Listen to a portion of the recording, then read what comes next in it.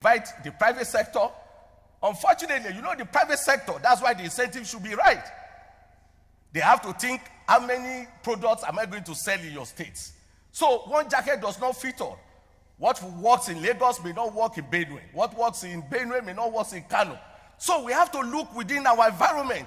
What are the sources of the economic growth and development and the type of private sectors?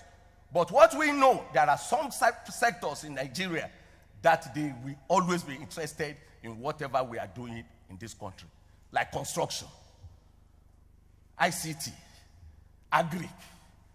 So we can focus on those ones and see what we can bring the private sector in, and they see the technical college as the private arm of their or training arm of their business.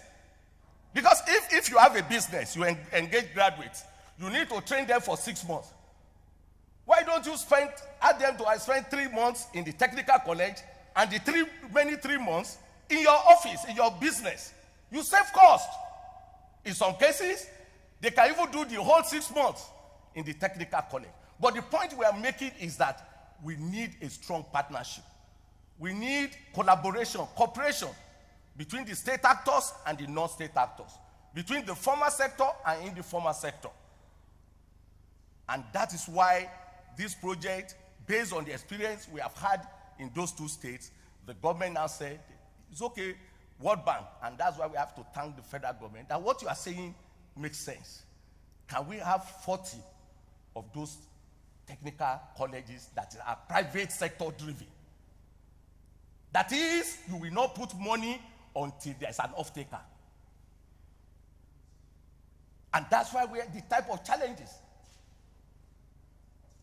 So, and the 33 in each of the states, and 22 from the federal technical colleges to have. And we say for each one of them, we are committed to put minimum of $2 million.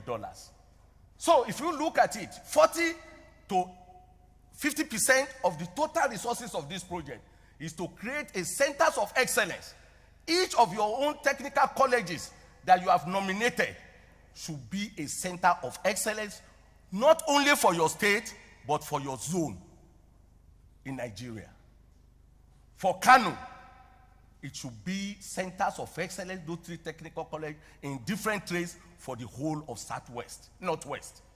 If people say, can you take us to the best technical college in this area of vocation, like we used to have it in those days, they will say, go to this place.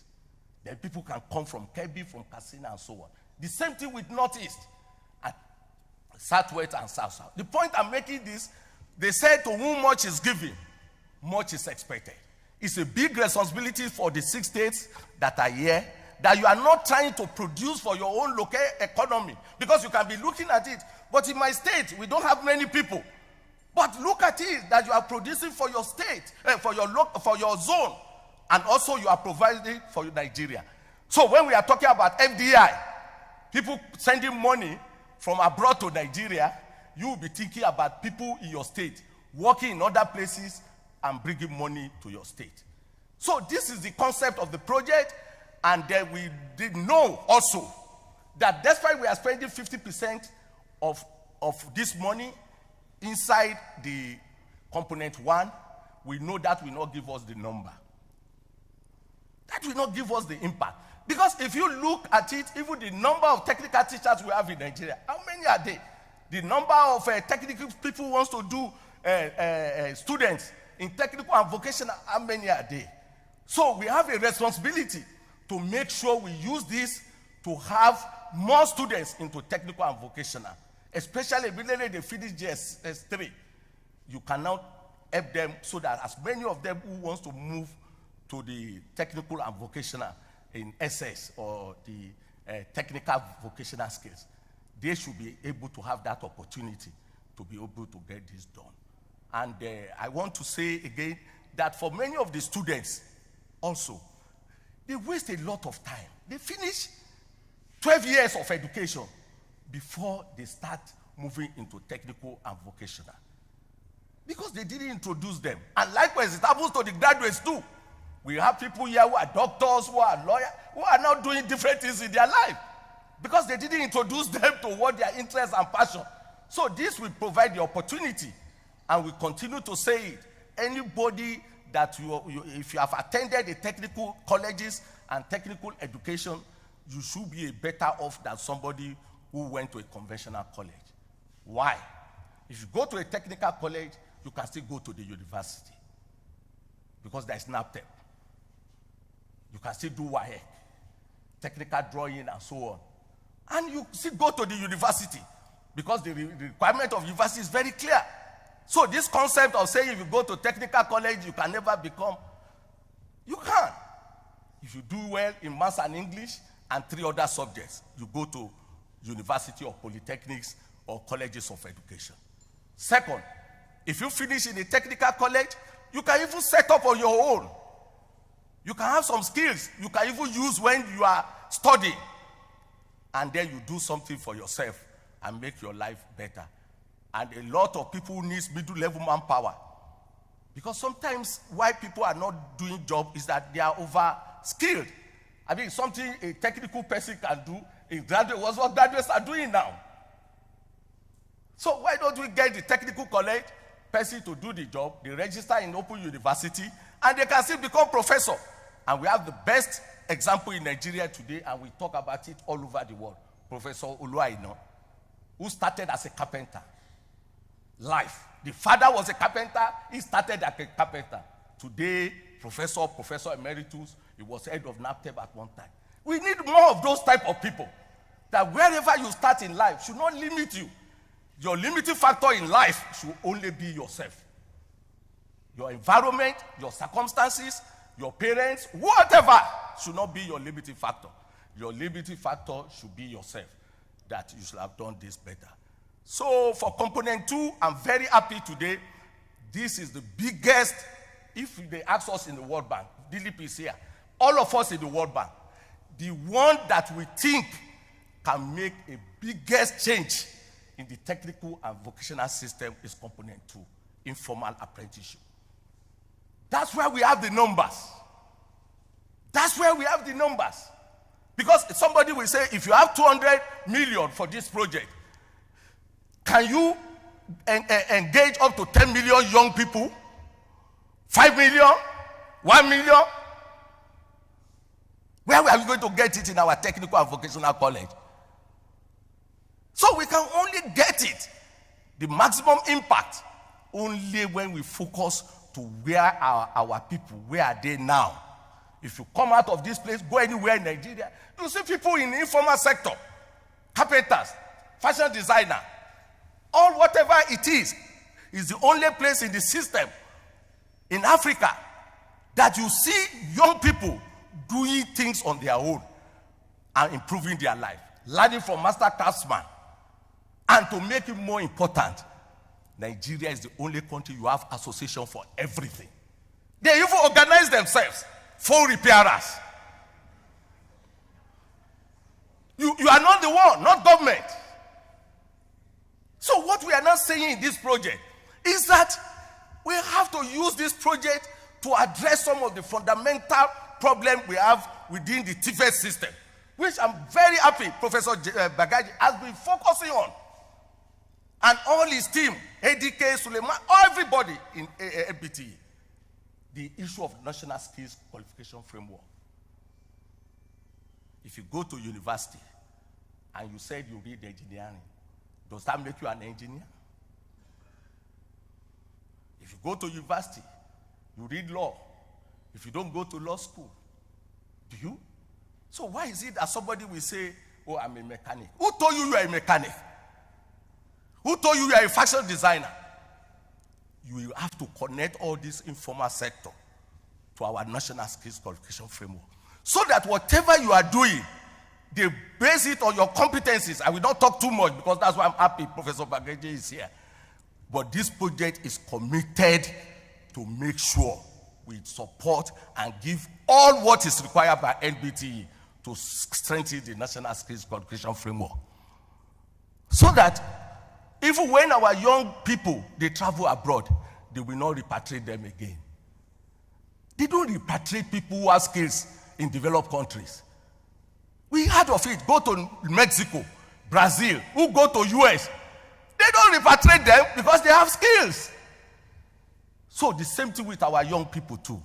If we can place them within this informal sector and make sure we regularize in terms of how do we provide them the benchmark, sector skill council, and all those people, master classmen, everything that is required to have the right type of relevance and the quality we want. That is what this component 2 is all about. And the bank is very key. And then, of course, we cannot talk about technical teachers without talking about skills, about teachers themselves. You cannot give what you don't have.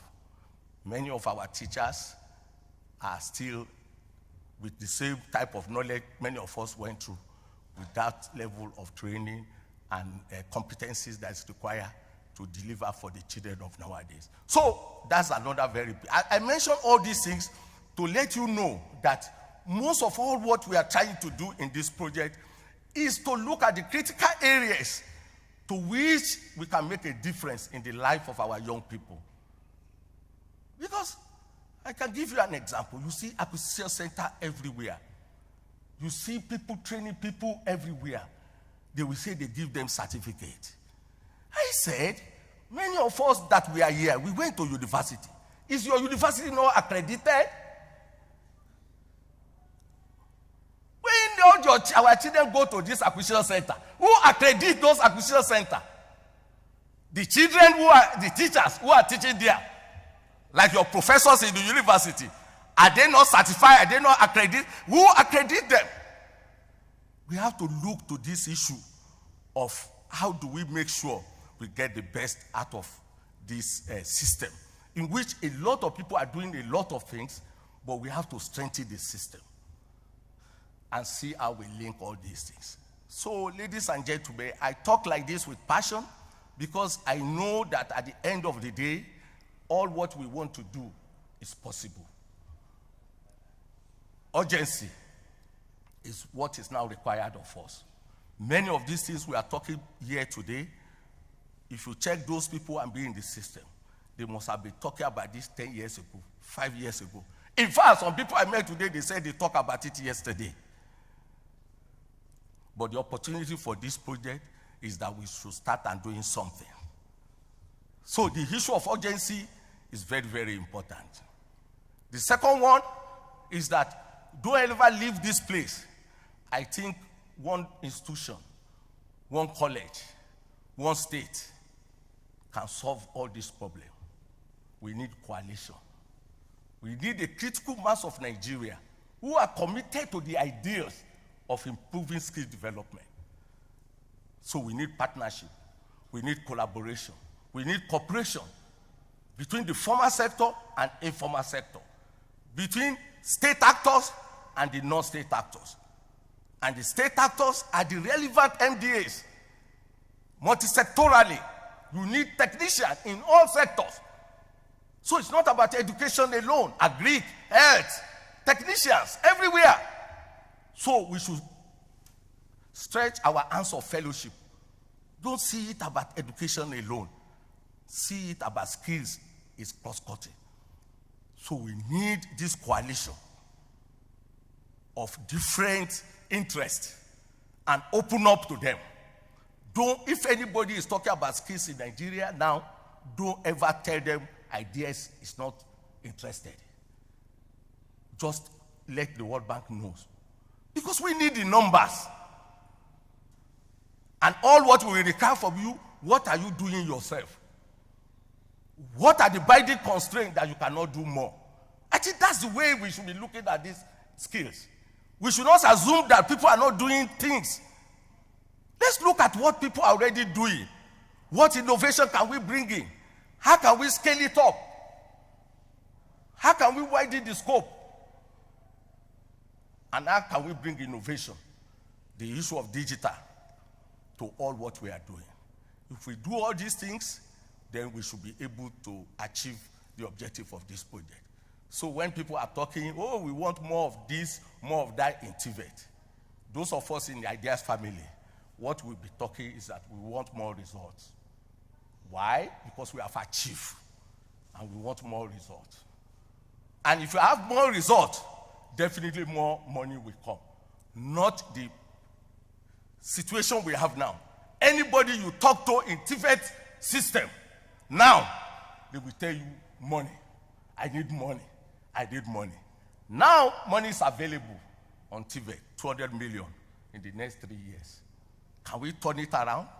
And when people tell you it's money, you say, money is not. Let's randomize money. There's money. But it's the result. Can you tell us what you have achieved? Can you tell us the binding constraint why you cannot achieve more than what you achieve now?